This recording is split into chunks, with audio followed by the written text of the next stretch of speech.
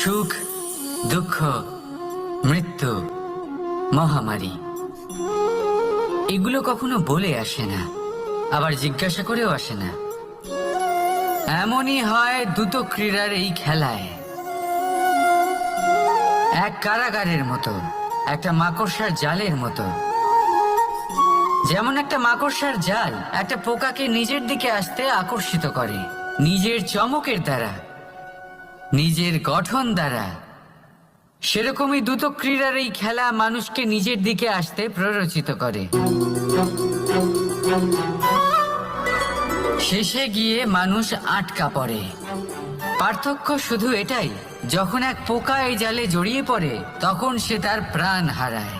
মানুষ যখন এই দ্রুত ক্রীড়ায় আকর্ষিত হয় সে নিজের মান, নিজের ধন সব কিছু হারায়, নিজের বিবেক হারিয়ে ফেলে। কিন্তু আপনি আপনার বিবেক কখনোই হারাবেন না। যদি আপনার মনে লোভ চলে আসে আপনি লোভী হয়ে ওঠেন। যদি আপনি দ্রুত ক্রীড়ার এই খেলায় আটকা পড়েন তাহলে মনে রাখবেন এই খেলা থেকে ফিরে আসা প্রায় অসম্ভবই বলা যায়। নিজের বিবেক কখনো হারাতে দেবেন না, কারণ বিনাশ আসার প্রথম লক্ষণ হলো বিবেকের বোধ চলে যাওয়া। এই প্ররোচনায় কখনো পা দেবেন না। আর আমার সাথে ভালোবেসে বলুন, রাধা রাধা। বিজয়, বিজয় লাভের জন্য মানুষ কি না করে থাকে। যে কোনো সম্ভাব্য প্রচেষ্টা করে, কিন্তু নিজের বিজয় লাভের জন্য বাজিতে যা ইচ্ছে তাই রেখে দেওয়া কি উচিত কাজ? কখনোই নয়। নিজের হারানো সম্মান, নিজের হারানো সম্পত্তি, নিজের হারানো অধিকার ফিরে পাওয়ার শুধু একটাই পথ রয়েছে, আর তা হলো পুরুষার্থ। দ্রুত ক্রীড়া নয়। যে মানুষ নিজেই হেরে গেছে, নিজেই নিজের জয়লাভ করার জন্য অন্য কাউকে কিভাবে বাজিতে রাখতে পারে? এ হলো সম্পূর্ণরূপে অনুচিত। অনেক সময় অনেক ধন লাভ করার জন্য, অনেক সম্পত্তি লাভ করার জন্য আমরা নিজের আসল ধন, আমাদের আপনজন, তাদেরকে হারিয়ে ফেলতেও প্রস্তুত হয়ে যাই। এটা একেবারেই উচিত নয়। যত বড়ই সংকট আসুক না কেন, আমাদের আপনজনদের আমাদের সাথেই রাখা উচিত। নিজের বিজয়ের জন্য ওনাদের বাজি রাখা ঠিক নয়। এই ভুল কেউ একজন করেছেন, আপনি তা ভুলেও করবেন না। রাধা রাধা। নারী জন্মসূত্রে কারোর কন্যা, ধর্মসূত্রে কারোর পত্নী, আর কর্মসূত্রে কারোর মা। আমাদের মনে এই ছবি আঁকা রয়েছে একজন নারীকে নিয়ে, তাই না? একটা অতুলনীয় ভূমিকা রয়েছে নারীদের আমাদের জীবনে, আর নারী ছাড়া আমরা কিছুই নই। কিন্তু অধিকার, সেখানে আমরা একটা ভুল করে বসি। যখন নারী একজন কন্যা থাকে, যখন সে জন্ম নেয়, তখন তার ওপর অধিকার থাকে তার পিতার।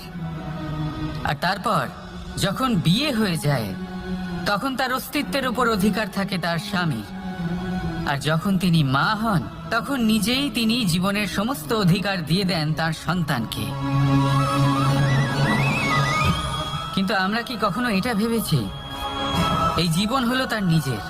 যে নারী সবার কল্যাণ করছেন, তার জীবনের অধিকারও তার কাছেই থাকা উচিত, তাই না?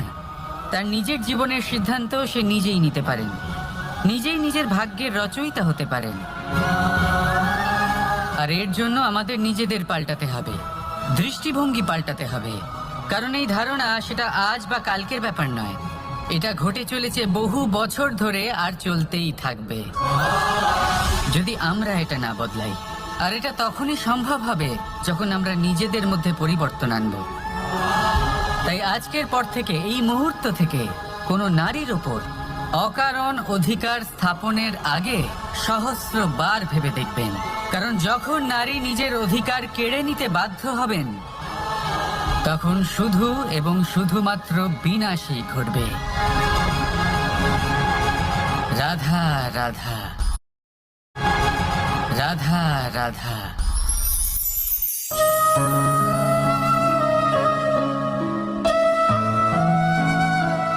নারী,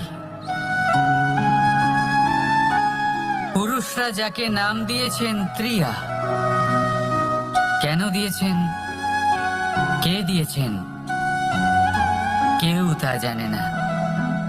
কথায় আছে পুরুষরা ভাবেন যে ত্রিয়া, ভাবেন একরকম, বলেন অন্য কিছু, আর করেন অন্য কিছুই। কিন্তু সত্যিটা কি এটাই? আসল সত্যি হলো এটাই যে ত্রিয়া হলো সেই চরিত্রহীন পুরুষ, আর কেউ নয়। সেই পুরুষ যারা নারীকে বলেন যে আপনি হলেন মা, আপনি হলেন দেবী, আপনি হলেন বোন, আর ভাবেন কি? ভাবেন যে এই নারী হলো আমাদের পায়ের ধুলো, আর কিচ্ছু নয়। আর কি করেন? ওনাদের মাথায়, ওনাদের খোপায় মালা পরিয়ে দিয়ে ভাবেন যে ওনারা হলেন তাদের পায়ের ধুলোর সমান। একজন নারীর সম্মান ভঙ্গ করেন, তাদের দাসী মনে করেন। ভুলবেন না, যত্র নারী আস্ত পূজ্যন্তে রমন্তে তত্র দেবতা। অর্থাৎ যেখানে নারীকে পুজো করা হয় সেখানে ঈশ্বর বাস করেন, আর যেখানে নারীকে অপমান করা হয় সেখানে ঈশ্বর এবং ভাগ্য এই দুই রুষ্ট হয়।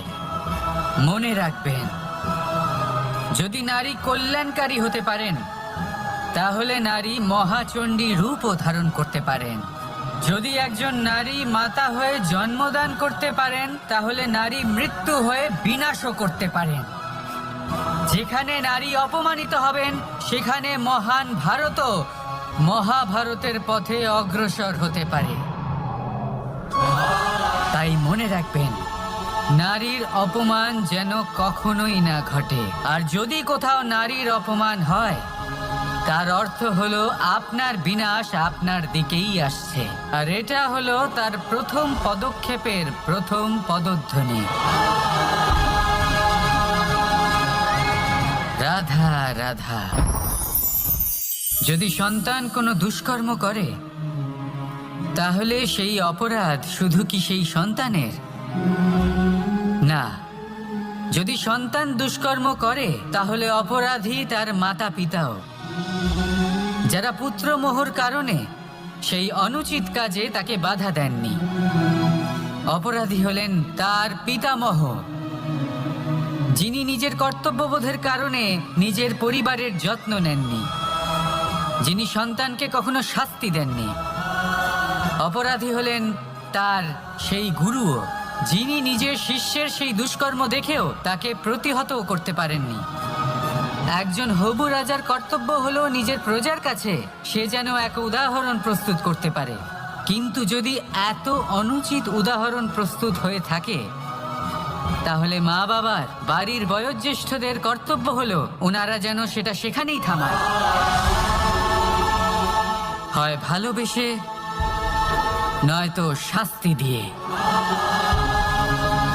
যদি না থামানো হয় তাহলে মহাভারত অবশ্যম্ভাবী। অনেক ব্যক্তির মনে একটা প্রশ্ন জাগে আমাকে আর রাধাকে নিয়ে। বলেন যে না আমি আর রাধা একসাথে থাকি, না আমাদের বিয়ে হয়েছে, আমি এখানে দ্বারকাতে ও ওখানে বর্ষণাতে, তাও এত ভালোবাসা কি করে? এ কেমন সম্পর্ক? আমি তাদের একটা সহজ কথা বলতে চাই। আপনি কখনো আয়নার দিকে দেখেছেন? ಪ್ರಪೋಸಲ ಯಾ ಚೆನ್ನಾಗಿರುತ್ತೀರಿ isn't it? ಟ್ರಯಲ್ ನೋಡ್ತೀರಾ? নিজের দুই চোখের দিকে তাকিয়ে জিজ্ঞাসা করুন, এই দুই চোখ একসাথে কেন বন্ধ হয়, একসাথে কেন খোলে, একসাথে কেন ঘুমোয়, একসাথে কেন কাঁদে? আজীবন কোনো এক মানুষের সাথে সম্পর্ক রাখা অবশ্যই সম্ভব, তাদের সাথে দেখা না করে। আমার আর রাধার ভালোবাসাও কিছুটা এরকমই, আর কিছুটা এরকমই হয় ভালোবাসা দুই নয়নের মতো, যারা কখনোই মিলিত হবে না কিন্তু চিরকালের জন্য একসাথে জুড়ে থাকবে। এই অনুভূতি নিঃস্বার্থ হয়। আর এই নিঃস্বার্থ ভালোবাসা আপনাকে আনন্দের পথে অগ্রসর করে।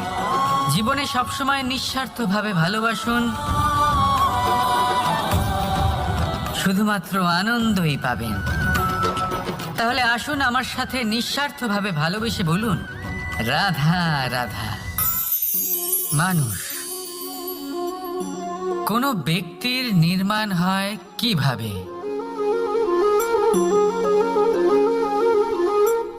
কেউ বলবেন পঞ্চতত্ত্বের দ্বারা, কেউ বলবেন আত্মা, দেহ ও চেতনার দ্বারা, কেউ বলবেন ঈশ্বরের কৃপার দ্বারা, তো কেউ বলবেন এই প্রকৃতির পরীক্ষার দ্বারা। না, মানুষের নির্মাণ হয়ে থাকে বিশ্বাস দ্বারা।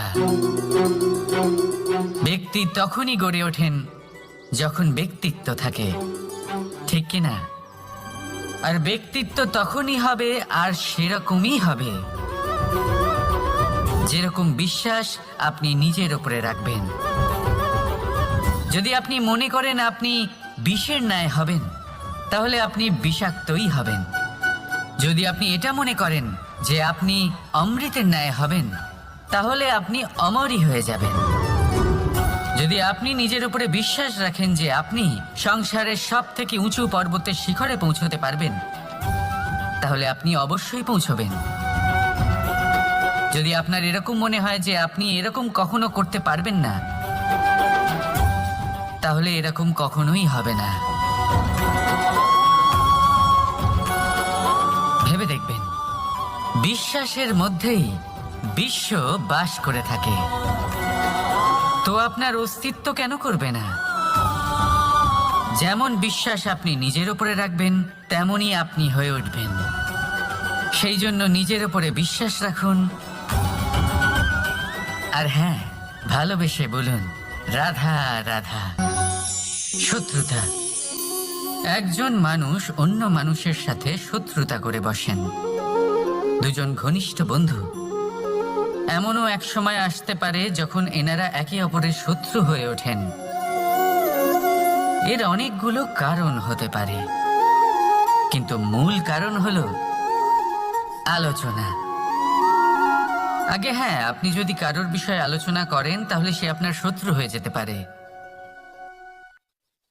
এবার মনে একটা প্রশ্ন আসতে পারে যে এটা কিভাবে সম্ভব হতে পারে? আলোচনা, এটা তো অত্যন্ত জরুরি। যদি আমি নিজের বন্ধুর খারাপ কাজের বিষয়ে আলোচনাই না করি, তাহলে সে শুধরবে কি করে? এ কথা সত্যি যে আলোচনা আবশ্যক, কিন্তু তার থেকেও বেশি গুরুত্বপূর্ণ এবং আবশ্যক হলো আপনার এই সিদ্ধান্ত। সিদ্ধান্ত এটাই যে আপনার এই আলোচনা কোন স্থানে করবেন। যদি এটা সবার সামনে করবেন ভাবেন, তাহলে তা অপমানও হয়ে যেতে পারে। যদি এটা আলাদাভাবে করেন, তাহলে তা পরামর্শ হয়ে যায়। অপমান কেউ স্বীকার করতে পারেন না, কিন্তু পরামর্শ সকলের ভালো লাগে। তাহলে যদি আপন কারোর জন্য ভালো কিছু চান, কাউকে শুধরে দিতে চান, আর আপনার মনে হয় আলোচনা আবশ্যক, তাহলে সর্বপ্রথম সময়, পরিস্থিতি আর স্থানের কথা মনে রাখবেন। নয়তো এই আলোচনা আপনাকে খুব ভোগাতে পারে। তাহলে আসুন আমার সাথে ভালোবেসে বলুন, রাধা রাধা। আপনার জীবনেও কি সমস্যা রয়েছে? অবশ্যই থাকবে। প্রত্যেকের জীবনেই সমস্যা থাকে।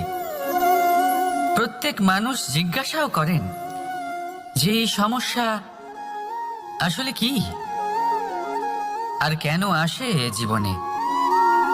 আপনাকে একটা কথা বলে দিই যে সমস্যা আসলে সেটা নয় যা আপনার পথে বাধা সৃষ্টি করে, বরং সমস্যা হলো সেটাই যেটা আপনি তখন দেখতে পান যখন আপনার একাগ্রতা আপনার পথ থেকে, আপনার লক্ষ্য থেকে সরে যেতে থাকে। আর এই সমস্যাগুলি দূর করার জন্য, এর সমাধান করার জন্য একটাই পথ আছে।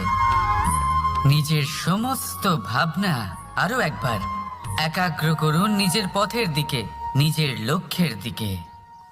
আপনার সমস্ত ভাবনা যদি কেন্দ্রীভূত হয় নিজের লক্ষ্যে, তাহলে এই সমস্যা দূরে থাকবে। যদি এরকম না হয়, যদি আপনার মন একটু অন্যদিকে চলে যায়, তাহলে এই সমস্ত সমস্যা আবার সামনে চলে আসে আর বাড়তেও থাকে। দেখুন, যেখানে আপনার লক্ষ্য রয়েছে, বান যদি সেখানেই চালাতে হয়, তাহলে দৃষ্টি তো সেদিকেই রাখতে হবে। তবেই তো আপনি সেই লক্ষ্য ভেদ করতে পারবেন। সেই জন্য মনে রাখবেন, সর্বদা লক্ষ্য রাখবেন নিজের পথে, সেই পথেই সামনে এগোতে থাকুন নিজের লক্ষ্যের দিকে। আপনি যত সামনে এগোতে থাকবেন, এই সমস্যা তত পিছিয়ে যাবে। তাহলে আসুন, আমার সাথে ভালোবেসে বলুন, রাধা রাধা। এই পাখিরা সত্যি খুব সুন্দর, আমার খুব ভালো লাগে।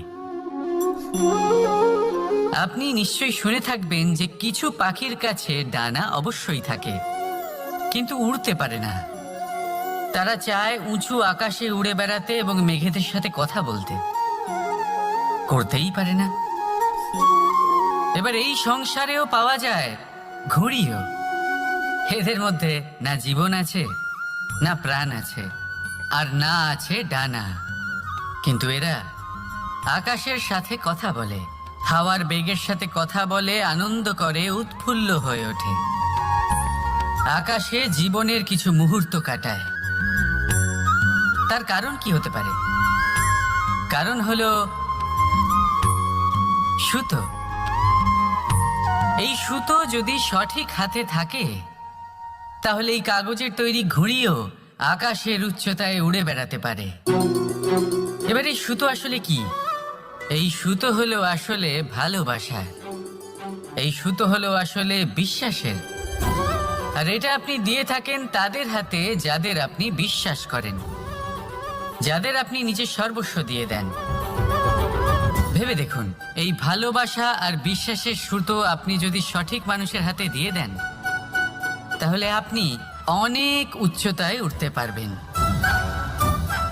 আকাশের উচ্চতায় উড়ে বেড়াতে পারবেন, মেঘের সাথে কথা বলতে পারবেন, পাখিদের মতো উড়তে পারবেন, যা ইচ্ছে তাই করতে পারবেন। শুধু এই মানুষ সঠিক হতে হবে, এমন একজন মানুষ যার মনে আপনার জন্য ভালোবাসা রয়েছে, এমন এক মানুষ যার মনে কোনো স্বার্থ নেই, যিনি পরোপকারী, এমন একজন ব্যক্তি যিনি আপনার অস্তিত্বকে বাইরে নিয়ে আসতে পারবেন, তাকে উজ্জ্বল করে তুলবেন। তাহলে ভালোবাসুন, আনন্দ করতে থাকুন, আর এই আনন্দ সহকারে বলুন, রাধা রাধা। বাজ পাখিকে পক্ষীরাজ বলা হয়। বাজের আয়ু হলো মোটামুটি 70 বছর। এবার 40 বছর হতে হতেই ওদের পালক লম্বা এবং ভঙ্গুর হয়ে যেতে থাকে, ঠোঁট বেঁকে যায়, ডানা ভারী হয়ে যায়, অর্থাৎ আগের মতো উড়তে পারে না, সেই শক্তি থাকে না। এবার সেই বাজ কি করবে? বাজ সব থেকে কঠিন নির্বাচন করে, নির্বাচন নিজের পুনর্স্থাপনার। সর্বপ্রথম একটা বিশাল পর্বতে যায়, একান্তে নিজের এক বাসস্থান তৈরি করে, আর তারপরে পাথরের সাথে নিজের ঠোঁট বারবার আঘাত করতে করতে সেই ঠোঁট ভেঙে ফেলে। তারপরে সে অপেক্ষা করে সেই ঠোঁট পুনর্নির্মাণ হওয়ার। তারপর সেটাই করে নিজের পালকের সাথে। তারপরে নিজের ডানা থেকে এক এক করে ভারী পালকগুলো ছিঁড়ে ফেলে দেয়। আর তারপর 150 দিনের এই যন্ত্রণা সহ্য করার পরে ও ফিরে পায় নিজের ওড়বার অনন্য ক্ষমতা, সেই শক্তি। আর তারপরে ও জীবনের পরবর্তী 30 বছর বাঁচে। কি বুঝলেন আপনি? যদি ইচ্ছে শক্তি থাকে, তাহলে একজন দুর্বলও শক্তিশালী হতে পারে। আপনিও এটাই করুন, নিজের অতীতের যন্ত্রণার বোঝাগুলিকে ত্যাগ করুন, আর কল্পনার খোলা আকাশে উন্মুক্ত হয়ে উড়ে বেড়ান। নিজের পুনর্স্থাপনা করুন, তবেই সর্বশ্রেষ্ঠ হতে পারবেন। আর মনে রাখবেন, এই ছোট ছোট পদক্ষেপই বড় বড় শিখরে পৌঁছে দিতে পারে। তাহলে আসুন আর আমার সাথে ভালোবেসে বলুন, রাধা রাধা। আপনি কি কখনো জলকে নিজের মুঠোতে ধরে রাখার চেষ্টা করেছেন? চলুন আজ করা যাক।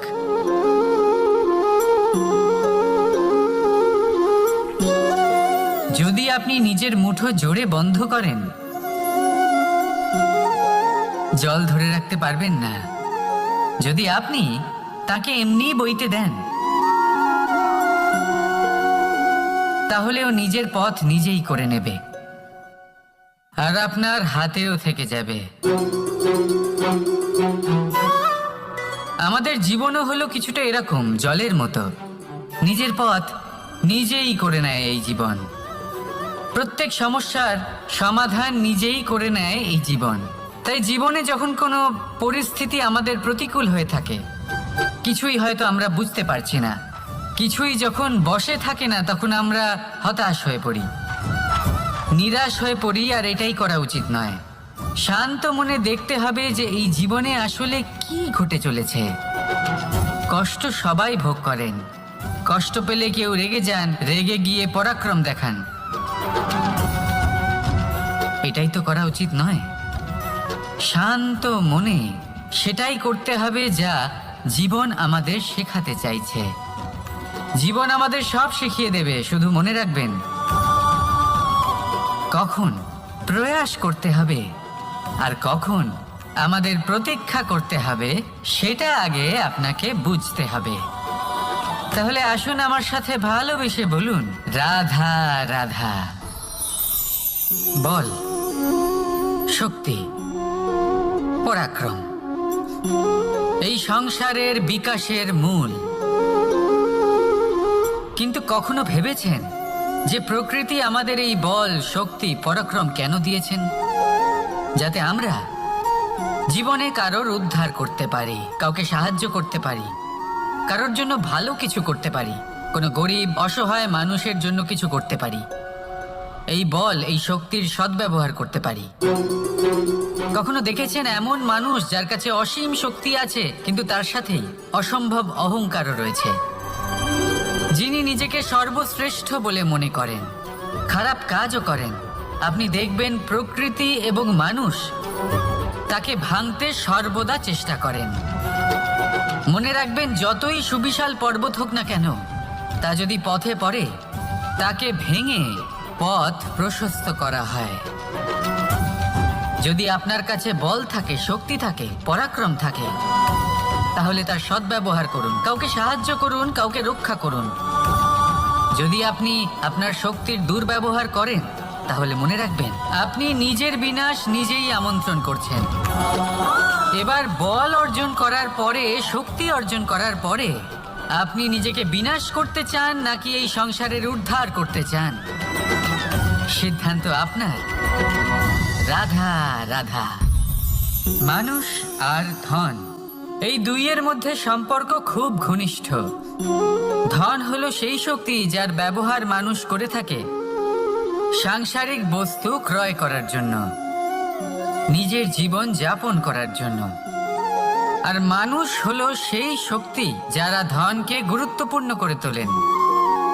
এবার একটা কথা বলি, ব্যবহার করা উচিত ধনকে আর ভালোবাসা উচিত মানুষকে। এটা বেশিরভাগ মানুষই বোঝেন না। মানুষ এখানেই সব থেকে বড় ভুল করে বসেন। তারা ভালোবাসেন ধনকে আর ব্যবহার করেন মানুষকে। এ হলো অনুচিত। দেখুন, আপনি একটা সূচের দ্বারা যুদ্ধ করতে পারবেন না, আর কোনো তলোয়ার দ্বারা বস্ত্র সেলাই করতে পারবেন না, তাই না? কোনটা কিসের জন্য হয় সেটা বোঝা অত্যন্ত জরুরি। আপনিও সঠিক দিকে অগ্রসর হন। মানুষকে ভালোবাসুন আর ধনকে ব্যবহার করুন। যদি আপনি মানুষকে ব্যবহার করেন, তাহলে আপনি ভালোবেসে ফেলবেন ধনকে, আর এই ভালোবাসা ধীরে ধীরে পরিণত হবে লোভে, আর ধীরে ধীরে এটা আপনাকে বিনাশ করে দেবে। তাহলে সমস্ত মানুষকে ভালোবাসুন আর এইভাবে ভালোবেসে বলুন, রাধা রাধা। সাফল্য কে না চান? সাফল্য লাভ করার, শিখরে পৌঁছানোর আলাদাই একটা আনন্দ রয়েছে। আর আপনজনদেরও কে না চান? প্রত্যেক মানুষ চান যেন জীবনে তার কোনো আপনজন থাকে, যারা সবসময় তাদের সাথে থাকবে। কারণ আপনজনের সাথেই তো সাফল্যের আনন্দ সব থেকে বেশি পাওয়া যায়। কিন্তু আসলে কি হয়, অনেক সময় সাফল্যের খোঁজে সেই পথে চলতে চলতে আমরা আপনদের থেকে দূরে চলে যাই, না চাইতেও দূরে চলে যেতে হয়, ওনাদের সাথে সময় কাটাতে পারি না। আর আমরা ভুলে যাই যে সাফল্যের আসল আনন্দ আপনজনদের সাথেই পাওয়া যায়। সফল হওয়ার পরে আপনদের সাথে দেখা হলে তাদের চোখে আমাদের জন্য যে আবেগ থাকে, যে সম্মান, যে প্রেম থাকে, সেটাই হলো আসল পুরস্কার। আমরা সেই কথা ভুলে যাই এবং একা হয়ে পড়ি। বেশিরভাগ সময় এটাই হয়, বেশিরভাগ সময় সফল মানুষগুলি একা হয়ে যান। এবার আপনি কি চান? আপনি অসফল হয়ে দিনগুলি একাকিত্বে কাটাতে চান, নাকি সফল হয়ে আপনজনদের সাথে আনন্দে থাকতে চান? সেই সিদ্ধান্ত আপনার। সাফল্যের পেছনে ছুটুন, নিজেকে উজাড় করে দিন, কিন্তু আপনজনদের সঙ্গ ত্যাগ করবেন না। সেই আপনজন যারা আপনার সাফল্যের জন্য দায়ী, সেই আপনজন যিনি আপনার সাফল্যে আনন্দ পান, সুখ লাভ করেন, তাদের কখনো ত্যাগ করবেন না। আসুন আমার সাথে ভালোবেসে বলুন, রাধা রাধা। ভগবান আর ভক্ত যখন এক আকার হয়ে যায়, যখন ভক্ত তার সম্পূর্ণরূপে সমর্পিত